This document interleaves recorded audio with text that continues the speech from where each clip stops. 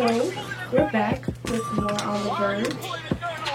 And still here with Lower Liquid. Yo.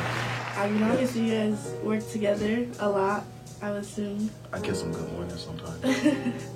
A tight bond, close relationship. So, where did your love for music come from? I guess we can go individually here. Kanye West. Kanye West?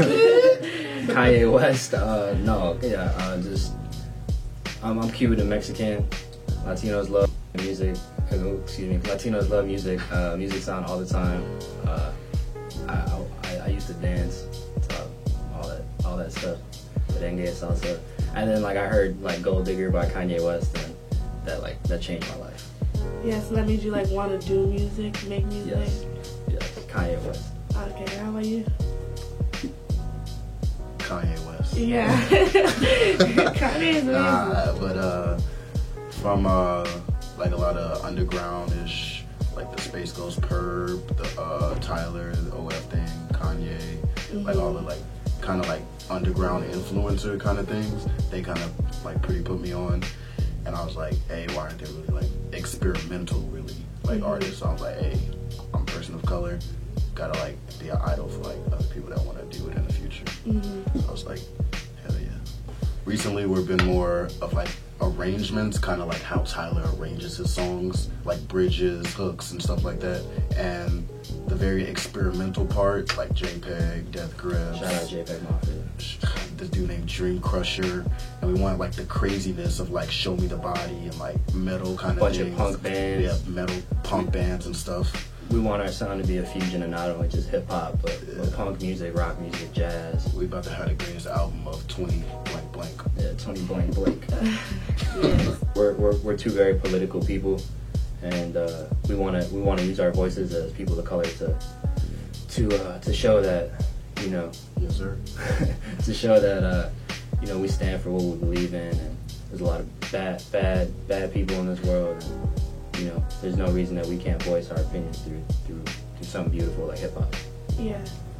Say less. They always say one is better than two, so not only do you have your sound, but then you got a little bit of... Yeah. You got someone to give you their input. Yeah, dude's the guy that's very sample heavy kind of thing. Mm-hmm. How Kanye would sample some things, and how Jay-Z would rap on things are sampled. And I'm more of the experimental aspect of it, not so much sampling. Regardless if people like the record or if they don't, they're not going to be able to compare it to much, and they'll be like, wow, I've never heard something like that before. And I know every single rapper says that, but not every single rapper means it or really goes for that. But me and Kyle, as Lower Lip Drip, we definitely try to go the extra mile and present something that hasn't been presented. Yeah, I definitely heard that in your music. Some of the sounds that you had, they're just some sound effects that you don't really hear in music. Yeah. Or, it's a little different, so. Yeah, that's what we just trying to do, give, the humans, something new. Yeah. Yeah, man, it's a good combination of trying to be original and still giving people something that they're used to. Yeah. That's a good way to explain it. But when putting out the music, what's your intentions with it? How do you hope to make people feel? So a lot of music coming out when it's it doesn't really open you up to something new, politics, what's going on on Earth and stuff like that. But we kind of just trying to give people another what's the word? Another platform. Yeah, another platform to express themselves. Mm-hmm. Something to relate to. A lot of something to relate to in the music scene. Yeah. Yeah. Alright, so we're gonna go into another music back with more Beware. So our next question is a little bit about your writing process. So I noticed in your lyrics you're very somewhat poetic in a way. Well, I figure I try to make everything in a poem because it's it speaks a little bit more to people's senses, more so than just words. Most of the time what I try to do is I try to just take world events and condense them in a way to show the world different views in an artistic way.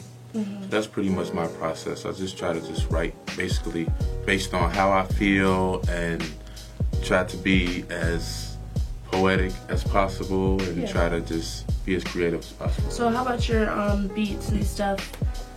Well, I get music from all different types of producers, and usually I just pick whatever makes me feel a certain type of way. Like if sometimes certain music might make your hair stand up on your arms or something like that, or you just know this is the one. So it's just whatever just moves me in a certain type of way. That's usually what I choose as far as instrumentals go, or as far as production goes. Yeah. So I noticed a couple different sounds, but what would you say that your sound, what genre would you say your music would fall into? I would actually say, if I was to give my sound a title, it would be like hip hop soul. It doesn't matter what genre it is, because at the end of the day it's words, and once again I try to make sure those words are poetical. So at the end of the day, it doesn't matter what genre it is. I'll push the limit if that's the case, because at the end of the day, the challenge is fun to me. Yeah. So when putting these projects together, what's that process like? I'm really not a person that takes and records like 40 songs to pick like 5 or 6 or 10. Usually what I record is usually what I eventually end up putting out. So I try to tell a story from beginning to end, with intro, with body and conclusion, so that it's complete.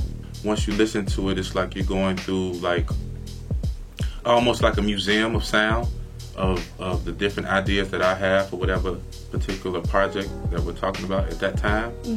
So that's pretty much how I do it. It's I try to make it where it's like when you go into something, it's like from sun up to sundown. So like it's like spend a day with Beware. So who inspired you in your beginning? So it doesn't matter if it's jazz music, rap music, maybe some soul music. Whatever artist I feel that are making songs that just speak to me and whatever it is that I'm going through at that point in time, I would say that's my inspiration. And also visual inspiration, visual inspiration, whether it's graffiti that you might see, or you might look at some art books, or just life in general is kind of what I try to draw from in order to paint these pictures that I'm doing.